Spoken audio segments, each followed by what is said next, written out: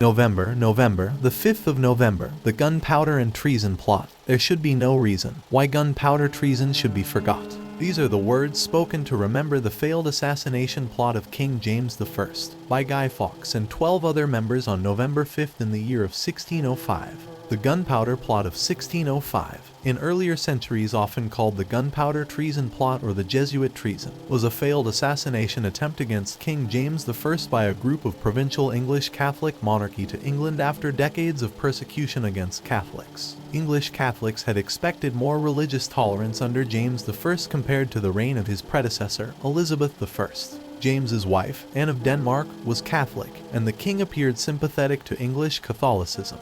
However, these hopes were dashed in early 1604 when in a speech to Parliament James said he detested the Catholic faith. Days later, he ordered all Jesuit and Catholic priests to leave the realm.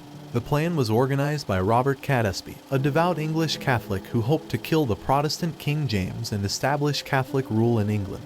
The plan was to blow up the House of Lords during the state opening of Parliament on the 5th of November 1605, as the prelude to a popular revolt in the Midlands during which King James's 9-year-old daughter, Elizabeth, was to be installed as the Catholic head of state. Catesby may have embarked on the scheme after hopes of securing greater religious tolerance under King James had faded, leaving many English Catholics disappointed. His fellow traitors were John and Christopher Wright, Robert and Thomas Wintour, Thomas Percy, Guy Fawkes, Robert Keyes, Thomas Bates, John Grant, Ambrose Rookwood, Sir Everard Digby and Francis Tresham. Fawkes, who had 10 years of military experience fighting in the Spanish Netherlands in the failed suppression of the Dutch revolt, was given charge of the explosions. On the 26th of October 1605, Catholic peer Lord Monteagle, Francis Tresham's brother-in-law, was handed an anonymous letter by a servant. This letter, delivered by a stranger in the road, and warned Monteagle not to attend the opening of Parliament. Monteagle, loyal to the king, took the letter to James' first chief minister Robert Cecil, 1st Earl of Salisbury. The plotters had been informed of the letter by servant of Monteagle, but despite the risk that their plan had been discovered, they decided to continue with their plan. Cecil, meanwhile, had chosen to wait in to see how events unfolded, in particular since King James was busy hunting in Cambridgeshire. Following the king's return to London, the letter was finally shown to him on Friday the 1st of November. On the 4th of November, men loyal to the king searched the vaults of Parliament and found a large pile of firewood in a cellar. Fawkes himself was also discovered, claiming he was called John Johnson.